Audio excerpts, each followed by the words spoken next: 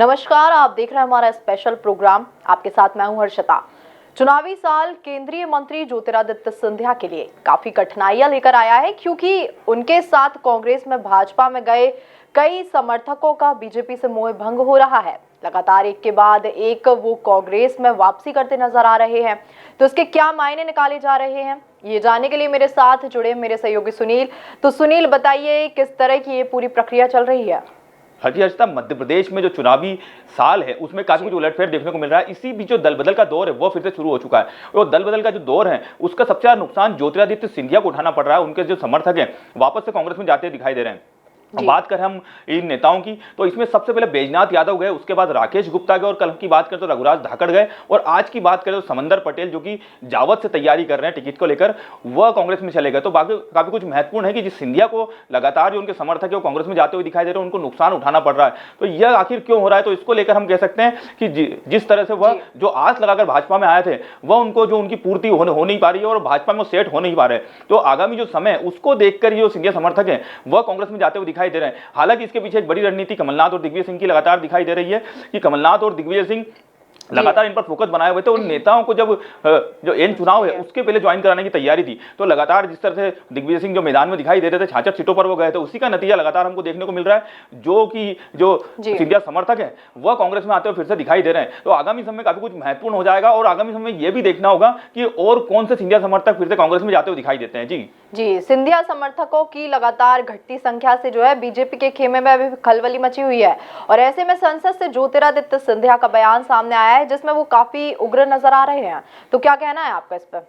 ये बात करें संसद की तो लगातार संसद चल रही है, मानसून सत्र चल रहा है। तो उसी बीच ज्योतिरादित्य सिंधिया जो अविश्वास प्रस्ताव लाया गया था उसको लेकर कहते हुए दिखाई दे रहे थे। इस दौरान उन्होंने जो पीएम मोदी की काफी तारीफ की, और पीएम मोदी को लेकर उन्होंने कहा कि ये जो वह एक छत्र नेता है और पूरा जो विश्व है उसको वो भी उनको मानता है। तो इसको लेकर जो सिंधिया ने कहा और लगातार उन पर जो टिप्पणी करते हुए दिखाई दिया विपक्ष, तो उसको लेकर उन्होंने कहा कि आपके कारण ही मुझे चेंज करना पड़ा, और उसके साथ उन्होंने कहा कि आप मेरा मुंह मत खुलवाइए। तो सिंधिया का ये बयान काफी कुछ महत्वपूर्ण है। यह जो पिछला घटनाक्रम है उसको अंकित करता है। तो उसको लेकर कह सकते हैं कि सिंधिया किन परिस्थितियों में भाजपा में गए थे। तो काफी कुछ महत्वपूर्ण है सिंधिया का बयान की उनको जो कांग्रेस आला कमान है या कांग्रेस आला कमान के कारण ही उनको भाजपा में जाना पड़ा था। बात करें पिछले घटनाक्रम की तो हमने जिस तरह से देखा था, सिंधिया ने सड़क पर उतरने की बात की थी उस समय जब वो बीजेपी में गए थे, तो कमलनाथ उन्हें कहा था कि उतर जाओ। तो उसके बाद की परिस्थिति ये बनी कि वह अपने समर्थकों के साथ भाजपा में चले गए और कांग्रेस की सरकार गिर गई। तो काफी कुछ महत्वपूर्ण हो जाएगा सिंधिया का ये बयान। जिस तरह उन्होंने संसद में कहा है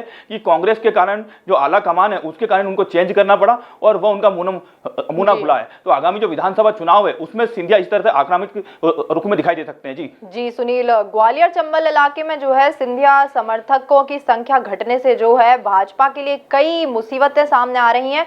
तो भाजपा इससे कैसे पार पा पाएगी? ये काफी कुछ महत्वपूर्ण है। ग्वालियर चंबल की जो 34 सीटें वो काफी कुछ महत्वपूर्ण हो जाती है, और कांग्रेस के मायने से या भाजपा के मायने से काफी कुछ महत्वपूर्ण हो जाती है। बात करें 2018 के चुनाव की, तो यहाँ पर जिस तरह से कांग्रेस ने फतेह हासिल की थी और उसके बाद जो उपचुनाव हुए थे उसके बाद भाजपा ने बढ़त हासिल की थी और उनकी फिर से सरकार बन गई थी। तो ग्वालियर चंबल की 34 सीटें काफी कुछ महत्वपूर्ण है। हम सिंधिया समर्थकों को देख रहे हैं कि लगातार यहाँ से जा रहे हैं, और अधिकतर यहीं से ही जो कांग्रेस के खेमे में जा रहे हैं यहीं से नेता जा रहे हैं। बात करें दतिया की, अवधेश नायक कुछ दिन पहले गए। अभी जो आम आदमी पार्टी से गुना की रहने वाली है अंजुम रहबर, वह भी कांग्रेस में ज्वाइन किया। इस तरह से हम देखेंगे जो पिछले समय है उसमें सिंधिया समर्थक लगातार जो 4 सिंधिया समर्थक हैं वह गए, जिनके नाम हमने आपको पहले बता ही दिए।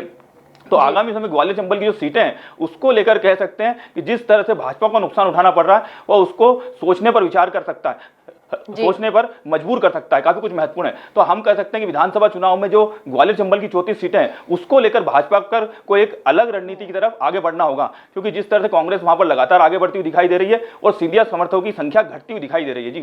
जी, विधानसभा चुनाव में अब कुछ ही समय का वक्त बचा है। ऐसे में सुनील, आपको क्या लगता है दल बदल का दौर कब तक जारी रहेगा?